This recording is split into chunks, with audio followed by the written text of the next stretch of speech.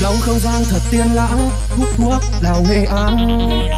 Hãy ném em cây điếu cày, thì anh cho em xin que diêm que đóm với cốc nước để hãm phê. Anh đỡ em cái nhẹ, cho em xin anh bí nữa anh nghe. Anh hãy bật lửa chấm cho em, bật lửa và chấm cho anh nhé. Cho em độ trong vòng tay anh, môi em liền về anh. Em đang phê, em đang phê, em phê